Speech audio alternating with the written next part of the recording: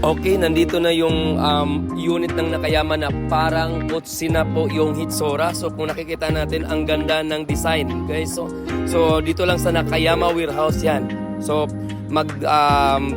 inquire lang kayo sa mga page natin, Nakayama e-bike. So tingnan niyo yung Hitsora niya sa power steering na po siya. So di ba kung nakikita ninyo, power steering na siya, guys.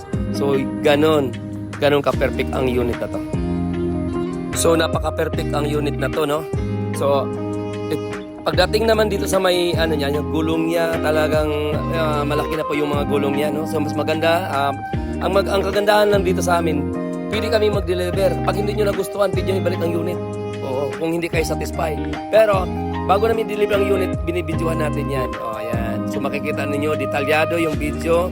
Talagang perfect yung unit.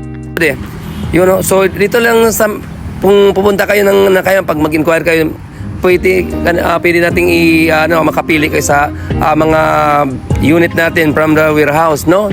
So Nakayama e-bike lang, no? Ang mga ganitong klaseng unit. So pwede nyong i-search lang lahat sa mga page natin. And then ang kagandahan lang dito, pag i-deliver sa inyo, pag hindi kayo satisfied, pwede nyong ibalik. Alam mo, i-deliver sa inyo.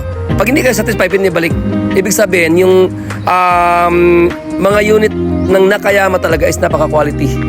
So ganyan katibay, ganyan ka quality, and then especially sa standard ng mga unit is talagang hindi kayo magsisisi. So maraming mga murang unit ngayon, maraming mga murang e-bike, pero mapapamura ka after sales. So, sa atin kasi may nag-iikot ng mga technician para sa area ninyo.